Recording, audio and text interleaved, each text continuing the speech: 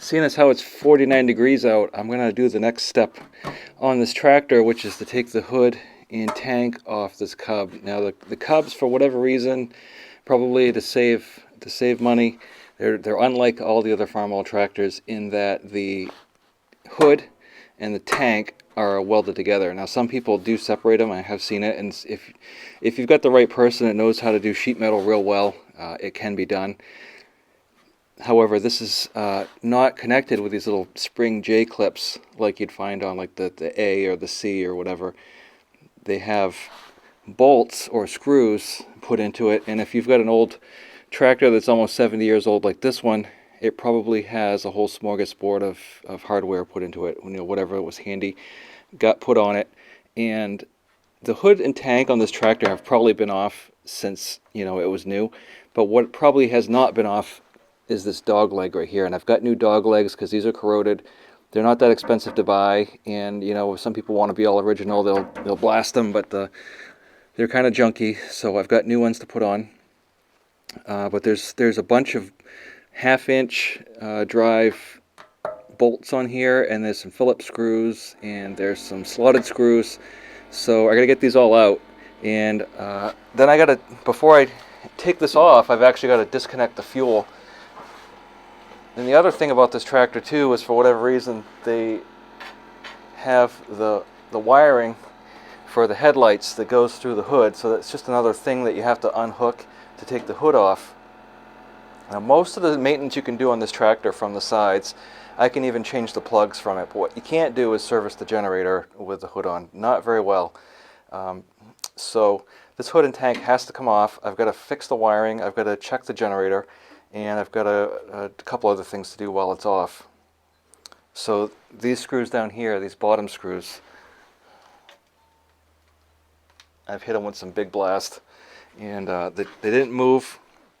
They may now. You can put a wrench on these screwdrivers. That's what the old Craftsman screwdrivers, that's why they were kind of octagonal or hexagonal or whatever it is. You can put a wrench on it, but the problem with these screws in here is what happens more often than not is you'll just bust them off inside the cast, and then you got to tap them out, so that's not super fun either. But going back to what I was saying about the lights, so that the lights are attached to the hood here, and the wiring is actually run through the hood as well. So I'm going to put quick disconnects on it so that next time I take the hood off, it'll be a lot easier. Otherwise, it's not really easy to get the lights off it. I've got new lights. These ones aren't bad, but I'm going to put brand new ones on it. And I know I can get a couple bucks for these, so it'll be worth taking them off. So without any further ado, let's get the fuel off over there while this is soaking with some more Big Blast. When you look at the carburetor here, on most of these tractors, they always had a steel gas line on them. And this one is form-fitted. The one that goes on the tractor with the underslung exhaust is different than the one that goes on the vertical exhaust. So if you're ordering a new steel fuel line, you want to make sure that you get the right one. Some people will take this off and put a flexible rubber hose on, and that's not a terrible idea. If I was going to do that, I always come in behind the hydraulic lines here just to keep it away from this hot exhaust as much as possible. And I have bought pre-manufactured rubber fuel lines before. I don't like them because they always put too small of a fuel filter on it. So you're like at 40, 50 bucks for the hose with all the clamps, and it looks nice, but the fuel filter on these is too small. They use like a lawn and garden fuel filter, so it doesn't allow enough fuel to get through. And what happens is it'll vapor lock on you and end up taking the fuel filter out anyway. Now, like Farmall Fanatics says, Napa's got a big one. It's about this big, and I don't remember the part number, but you could probably find it easily enough at Napa. That would work. You just want to make sure that you keep it away from here. So I'm going to take it off this end first because it's easier, and I just got to be careful when I take the tank off I don't crush it. I have a trip basin below it to catch it because even with the fuel off, there's going to be a little bit of gas still in that line. I generally will run my tractor dry when I shut it off, but I guess I didn't this time. And I just want to make sure I did shut the fuel off. It does help if you shut the fuel line off first before you unhook it from the carburetor.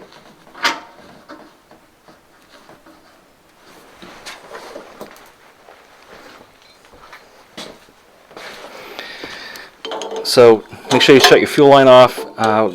Generally what I do when I'm parking a tractor for an amount of time is I shut the fuel line off and then run the tractor until the carburetor is dry, and then you don't have to worry about it gumming up. So there's a little ferrule on here, and you got to kind of pull it back out to get it out of the carburetor. And the problem with these steel lines, of course, is that they get bent out of shape, and then they don't fit really well, and you start reefing on it, and the next thing you know, your ferrule is messed up. So there's a pretty strong argument, of course, for using a rubber flex line. Okay, that's off. Now I'm going to finish taking off all these. Now the front of this right here, I'm taking the grill off because there's a bunch of squirrel nuts and stuff in front of the radiator. So I'm going to pull that off in the process. These slotted screws and Phillips screws on here, I'm worried about those, so I may have to drill them out, and I'm not looking forward to it. But most of these other connections up here are done with, it looks like with machine screws, so, or machine bolts.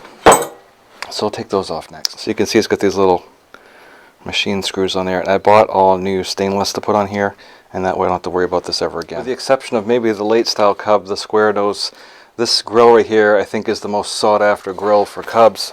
You just can't find them really, and if you can find them, they're gonna be very pricey. Sometimes it's almost cheaper to buy a junk Cub tractor just to take the grill off it. I'm kidding, but not really. Well, you got to take off this air cleaner cup cap, and one point to mention too is these underslung exhaust tractors. The cap goes over and the other ones go in. So the older ones before 1955, they went on the inside, these go on the outside. These are also shorter, so they don't really fit. They won't fit on the old ones, and vice versa, just because it doesn't hook up the same. Don't forget to take your radiator cap off. I think we've got everything disconnected. Got one more screw here.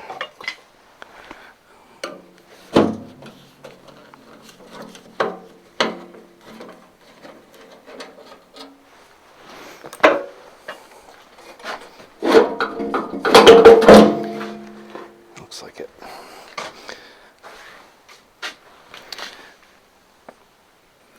Because taking that off on the inside there is very difficult. And at this point it may be behoove of you to get assistance taking this off, one on each side. It's definitely easier, but I don't have any assistance, so I'll take it off as best I can. It's not terrible. It's easy if the tank's not full, of course. And I'm going to take this right outside. I don't have a spot in here for it, so I'll just take it out.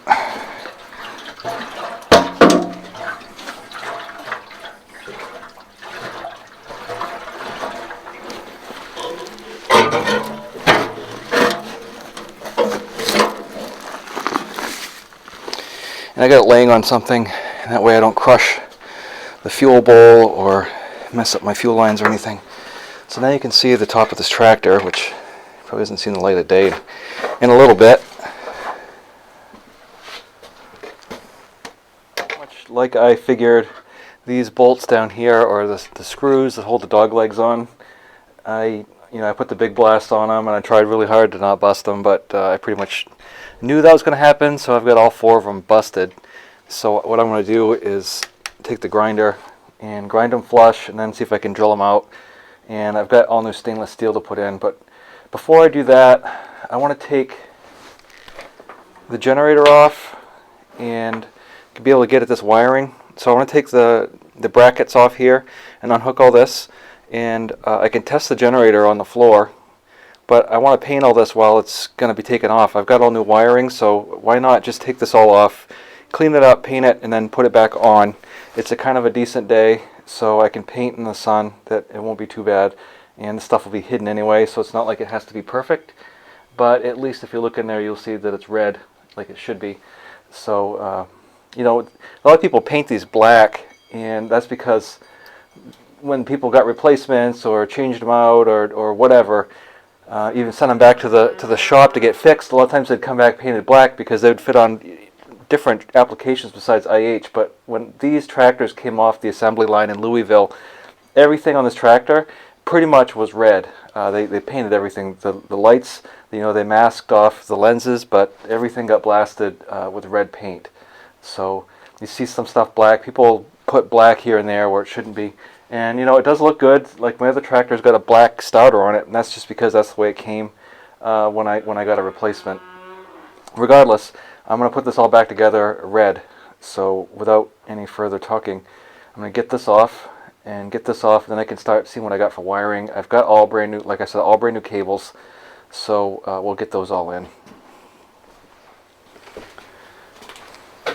I won't need this long extension, but I do need the sockets.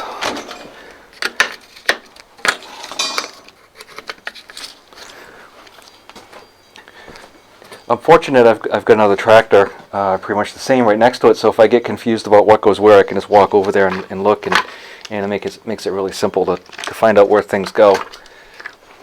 But if I didn't have that, it might be a little bit more difficult for me. The wiring on these is really cut and dry. It's pretty straightforward. It came with a wiring diagram, and it's color coded. So if I was going to rebuild a wiring harness for this tractor, and I've done it I've not for this one, but I've done it before, is I just remove one wire at a time, and you just take one wire off, replace it, and take the next one off, replace it, and then when you're done, you can get some of that plastic wire loom, and that one over there has it. It looks fine. They didn't have plastic wire loom. Everything was braided when this tractor came out, but the plastic wire loom is a good substitute, and it's easily available. So if you don't, I think I paid $65 for the wiring harness for this tractor, and it's got heat shrink on it. It's got all the terminals on it. It's it's really a nice job, and it's got the fuse holder, everything. The fuse holder on this tractor was busted when I got it, of course. So, for $65, I thought it was a good deal. And I've actually had it on the shelf for probably 2 years, because I bought it for another tractor, 61 I think that I had, which also had a underslung exhaust. So they come with a couple extra cables. They come with the cable for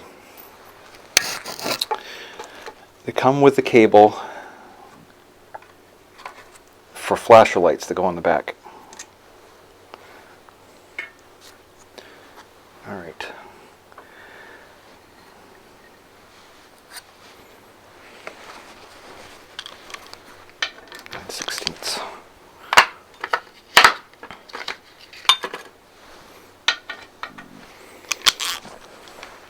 So I'm going to go ahead and take this generator, the voltage regulator, and the bracket off, and then I'll be right back. One thing I want to mention too, there's two different size generator belts, and I don't know why. I can't tell you why, but I can tell you there's two different ones. And I've run into this trouble before, that one of them is too short, and I don't care what you do, you cannot get it to fit. And I've actually gotten into like an argument with one of the retailers, because they're like, "Oh, this is the one that says it fits, and we've sold blah blah blah." I'm like, "I don't care, dude. It doesn't fit. There's another one. This is the size I measured it. This is the size it has to be on." And sure enough, that's the one that fit perfectly. But I can't tell you why. But I've done 6 or 7 Cubs now, and for the most part, they've all been this one size. But I had one 48 Cub, and for whatever reason, it took the next size up. But if you look at like probably Steiner and Wenger's and Birch Store, I think you'll see that they have 2 size belts listed. So if you have to replace your generator belt, make sure you measure it first before you buy another one, because even if you go to Napa and say, "I need a generator belt for my Farmall Cub," they may or may not have it listed as 2 different sizes, and you'll be awful disappointed if you come back, slip this on, and then you put, for whatever reason, you don't put the generator on yet because you want the room to put the fan belt on, so you put all that stuff on, and then you come, lo and behold, you go to put the generator on, and it's too short, so now you got to take it all off the fan again, drop the fan down. It's a real hassle. So I guess I'm beating a dead horse a little bit, but I can't emphasize enough the importance of measure this belt before you just randomly order one. So anyway, almost off. It's a restoration, because in my mind, a restoration means you made it just like it was when it was new, which means you have to overhaul the engine, the clutch, and pretty much everything. So I call it like a reconditioning. Basically, you just look at everything and figure out what's busted, and just address whatever needs to be hit a lot of people have different opinions about that. So, what do you think? What do you call it? Do you call it a restoration, reconditioning? I don't know. People, a lot of times people just get a couple spray cans and bomb it and say, oh yeah, I restored it. And like, what do you mean you restored it? You just freaking stood back 10 feet and let it rip. What do you think? Alright, so I've got the generator back on, and I really believe this belt right here is the smaller size, because I have to unhook this right here and actually use a 1/4-inch bolt instead of a 5/16, which is what I would normally put, so that I can get just enough movement to put the belt on, and it's right up against the water neck here. So there's really nothing. I can't even get a piece of paper in between these two, so it's tight. That's, in my mind, that's the wrong belt. You should be able to swing it out a little bit to do maintenance on it, and you absolutely cannot with this one. So it's a brand new belt. Whoever had it put it on there, and I've got spare belts. I've got other new belts, but it works. So I'm going to leave it, but I just want to again reiterate, there's two sizes of belts, and it's a real bear if you have the one that's too small. The longer one is much easier to do. So I've got this all ripped apart still. I'm not going to do wiring today. It's really cold out, and working barehanded isn't super fun. But I got the new painted parts on. I'm using stainless steel on everything that I replace on this tractor, which is what I normally do, and it costs a little bit more, but I'm saving a little bit. What does it say? An ounce of prevention is worth a pound of cure. So I think it looks nice with this, with the exposed metal, and they're not going to rust. They're stainless, and so they're good quality steel replacements. Now I'm going to take this down here. This is the last thing I'm going to do before I let you go today. So I'm going to grind these down, and then I'm going to see if I can drill it out and see how that works out for me. And I do this with tongue-in-cheek, so let's see how this works out. You're not going to see this. This is going to be covered by the dog legs and the grill, of course. There's something to be said about putting a little bit of paint on something, especially, I guess, when you get a little bit older. It makes it easier to see it. If everything's all rust, you can't see it quite so well. But I'm going to grind this down flush with the chassis here, and then see if I can get this drilled out.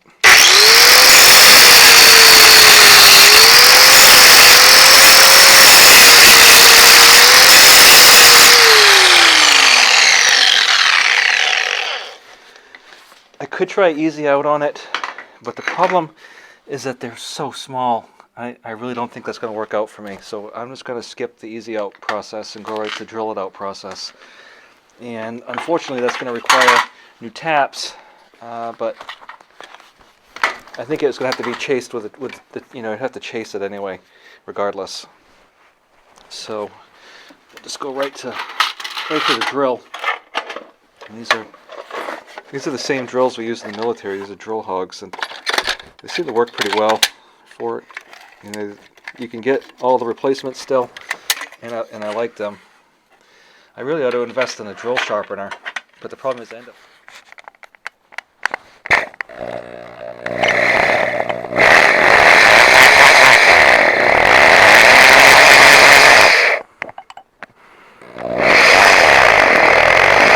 Where I deviate from the plan a little bit. So I've got these drilled out, and I only broke one drill bit, but at least I didn't break it off inside. So I'm going to try one of two things. I've got some pan screws that I think will work, and I've got some washers to put on them. So I think these are going to work. Those are 6s. Those are a little bit too small. I got some 8s.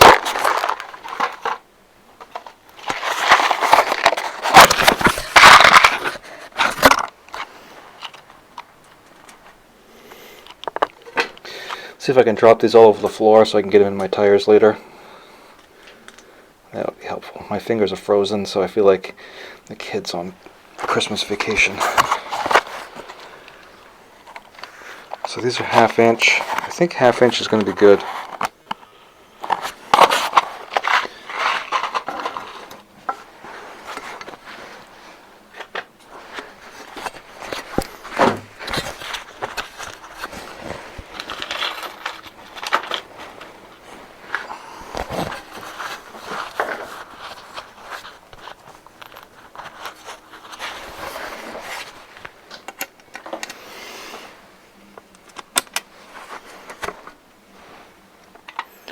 Alright, I've got them fitting in there, so they're a little bit loose, but I can seat them.